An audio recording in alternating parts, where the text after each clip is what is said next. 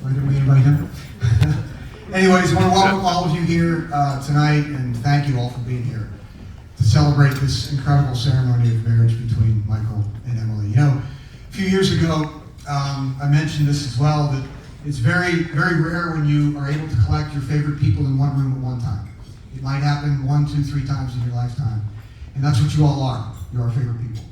You're Emily and Michael's favorite people, you're Paul and Cindy's favorite people, and you're Lenny and my favorite people. And you're here because you had an impact on their lives. Your friendship that you gave to them, your guidance, and the love that you gave to them. And our hope is that as they begin their new journey, that you continue to provide them with all those resources. So thank you again for being here. You know, I mentioned this again a few years ago as well. They are the beneficiaries of today. However, we as witnesses to these beautiful ceremonies and this great celebration are also beneficiaries. We have an opportunity to reflect, to rejuvenate our relationships that we have, start a brand new day. And you know, one of my favorite people had a saying that said, at the end of the day, you'll either be better or you're going to be worse. You don't stay the same. And I hope that everybody today leaves a little bit better from the celebration that you see here today. So there's a lot of people to thank, and I'm not going to do that because the last time I did it, it took like 15, 20 minutes. But there is obviously one person that I will thank tonight, and that is my dear wife, Lynn.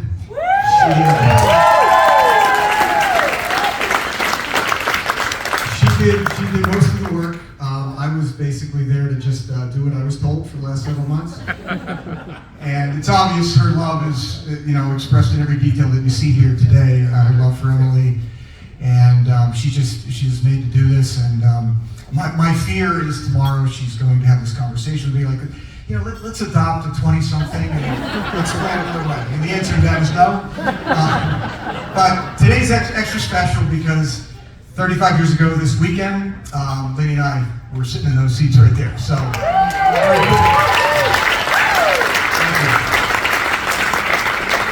And Johnny and Dean, thank you for playing Tupelo Honey, which was our wedding song. There's a lot of people that traveled a great distance to come here. You know, a lot of Emily and Michael's college friends. We love showing off this city. I was talking with Dave Goldenberg, looking out at the skyline. I basically pressured him to say, find me a better skyline from Mount Washington. So, he didn't answer me, so I'm taking that as, this is it. So, yeah, thank you all for coming. So today you were, you know, obviously you experienced not one, but 2 absolutely beautiful ceremonies. Father Steve has now married both of my girls and sent my dear mom home.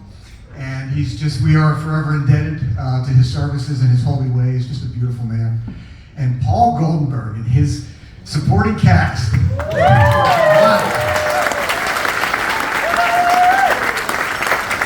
What a fantastic ceremony. Thank you for letting us in and learning about this beautiful faith. And you know, these 2 faiths are, and traditions are different.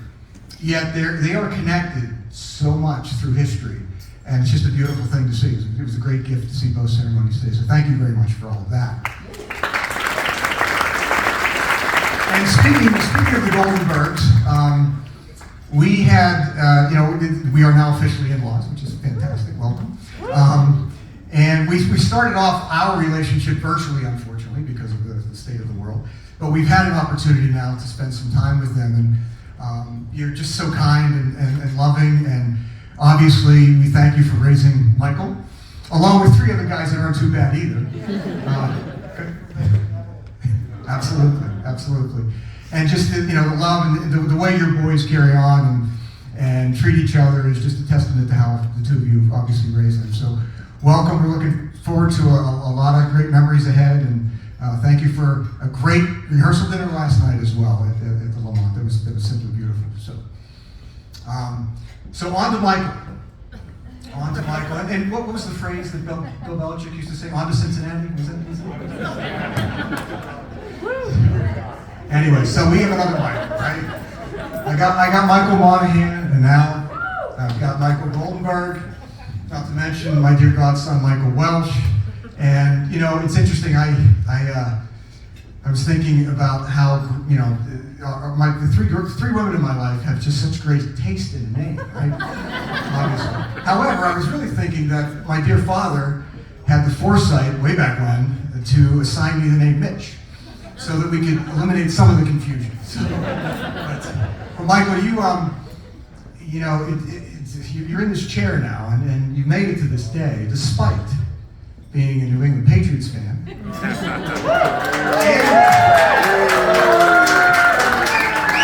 and a Michigan Wolverine,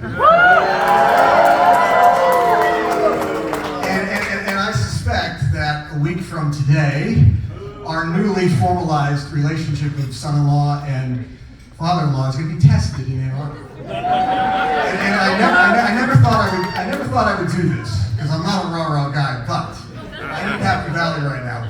We are Penn State! We are Penn State! We are Penn State! Thank you.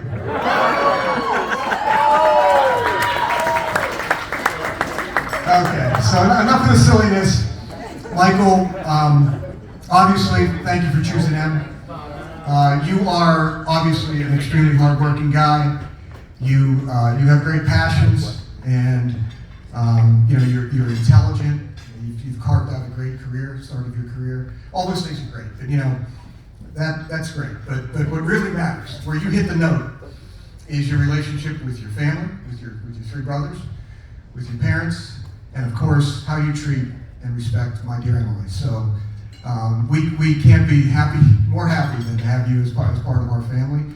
There's little moments in life that may seem insignificant, but the first time that I had met Paul and Cindy was when Michael proposed to Emily. We were in DC, and we were walking between a restaurant and I think David's place, and I was trailing behind a little bit, and I saw Michael grab his dad, pull him in, put his arm around him, and just that exchange made me so happy, because that type of love and affection transfers very quickly to your bride. And meant a lot to see that. So, Michael, we couldn't be more happy. You've got a great network of friends, and what you do and how you conduct yourself is just fabulous. We've had a lot of fun. I'm not going to have you make me a mixed drink ever again. I will tell you that. And that's an inside joke. There's a few that know that, but Michael, welcome, and looking forward to a lot of great times ahead. So we love you. So on to Emily. So we used to joke about Emily looking so young, and so when she'd go to high school, we'd say, how can she be in high school? She looks like she's 10. And then when she went to college, how can she be in college? She looks maybe 12. And then she's working as a lawyer. She maybe 14, 15. I'll tell you something, honey. I don't know how old you look today. You look beautiful, and you make a stunning bride. And we are so proud and happy for you. And I know you don't like all this attention. And I know we have an understanding, and that is that I'm not going to just get emotional. And Em and I share a love for certain comedy movies. And so if I start to get emotional, I'll be thinking about Luke Wilson giving his best man speech in Old School. That'll help me get a little better. So we share that together. But Em, you are a refreshing soul. You are authentic. You are real. There's not a fake bone in your body, and I love that. And we could use a little more of that, to be honest with you. And you have the same, networks of friends that Michael does. You've got high school here. You've got Penn State here. You've got Michigan here. I think Penn State is the loudest, by the way. But they all came to support you, despite the lengthy emails that you gave them and all the instructions. But that's part of your charm as well. And that's why Joe Johns is your godfather, because you guys can relate to that kind of detail.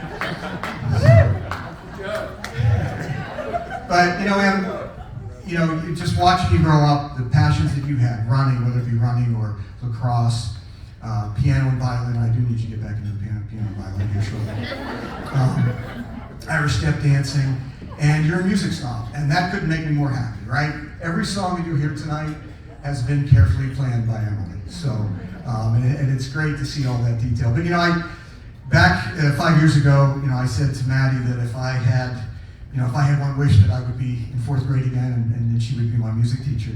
For you, Em, I I could envision myself maybe getting into a little bit of trouble. And that might happen. You know, my work is done after tonight, so who knows what's going to happen.